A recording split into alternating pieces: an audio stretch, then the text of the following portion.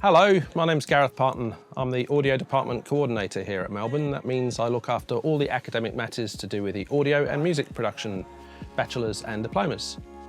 I've been teaching here at SAE for about 10 years, and as well as being a full-time educator, I'm actually a music producer as well. So I've worked with lots of different artists over the last 25 years, and I'm an audio engineer, music producer, Pro Tools operator, and I also co-own a studio here in Melbourne.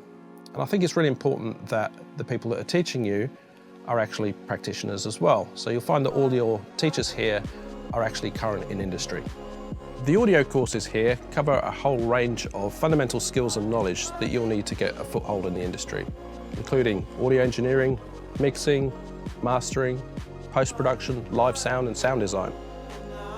The music production diploma is a different course, and that focuses on you as a music creator. So you'll be looking at the fundamentals of music, how to create those tracks from scratch and using sampling and synthesis to create original pieces of work. The sort of projects you'll be doing in the audio programs include studio production, live sound, learning how to use Pro Tools, and in the bachelor's program you start collaborating with the other disciplines, so film, animation, games and design. Bachelor students will also spend time working in industry as part of their work placement. The equipment and facilities you'll be using here at SAE is the sort of gear that you'd find in professional recording studios. And hopefully you can come down to the campus and check this out for yourself soon.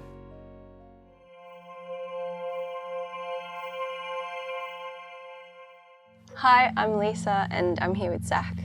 We're studying audio at SAE Melbourne. We're currently in the Large Audient, which is one of the flagship studios of the campus. Behind us here, you'll see we've got a little session loaded up in Pro Tools. It's just one of the songs that Lisa and I have been working on. One of the ways that this song sort of came into being, I guess, was I found myself doing a fair bit of sound design halfway through the course.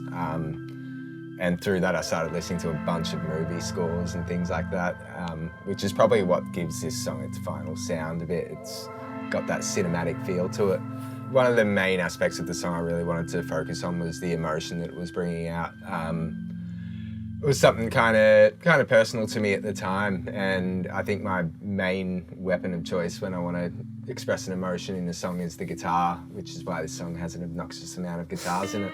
I started writing this a few weeks ago.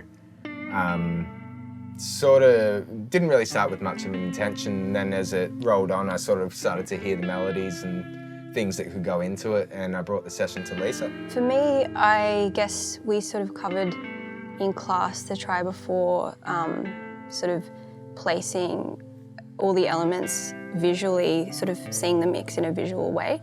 So I was really looking forward to trying to work out how to place each part within the mix.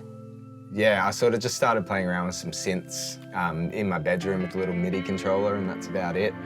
And as the chord progression sort of picks up, I found all these other melodies sort of popping into my head and decided it would be worth pursuing the songs. My approach was to find a way of fitting all of these multiple guitar tracks into the mix through using different microphones, techniques, pedals and amps. It was really cool. I mean, we were experimenting with all the equipment, using some things for the first time, which was awesome. And yeah, it just breathed all the life into this song. On the tracking day, I was Pro Tools operator and kind of worked with Zach to sort of find a way to fit all of the parts together, and sort of had that final ear on some parts that maybe weren't working, or we could try it a little bit differently. So once the tracking's completed, I basically take all the audio files home, of which there are many for this song, and sort of just edit it all, do some timing fixes, make sure everything's sounding pretty smooth, and tonally what we had intended when we recorded it. Once I'm sort of happy with how it's all edited together, I'll move into mixing it. I'll use all of these sort of plugins, things like that, like the EQ. That will help me sort of shape the tone of the sounds more. It will also help me make things fit.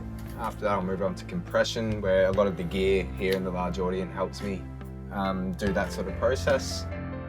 And then, yeah, basically finalize the mix, give things reverb where they need it, give things certain positions in the stereo field, and yeah, once I'm happy with how it sounds, I'll print the track and ideally that's it, but usually I'll go back and keep tweaking it for a while. Hear it more as a score more than anything else, maybe an overarching theme for a film or a game or something like that. Something where I can extract certain melodies from the song and use them elsewhere in a film or something. I've always been quite interested in how sound / music can be connected, is connected so closely with emotion, and you really get to experience that when you're composing for films. Something that's also really great about SAE is that we get to work a lot with film students or animation students or gaming students, so you get to really explore those things.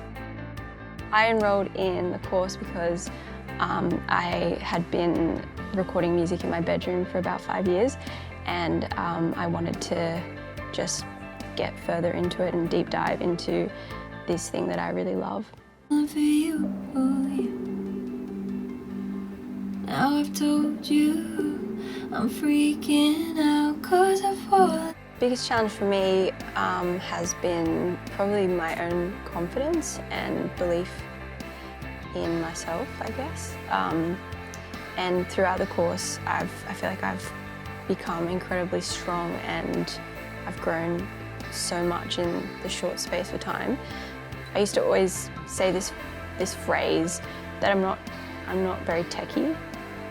I'm not very good at technical things, and I don't say that anymore, so I guess that's a big one for me. I found that when I started studying here, I was quite intimidated by the consoles and the whole process, and through the year and a half, I feel super confident in here and comfortable. One of the most memorable things to me is some of the people I've met. My dear friend Lisa here is definitely one of them. Yeah, we've met a bunch of really cool people, and we all sort of help each other through the course now and have gotten to know each other on pretty personal levels, and that's pretty beautiful.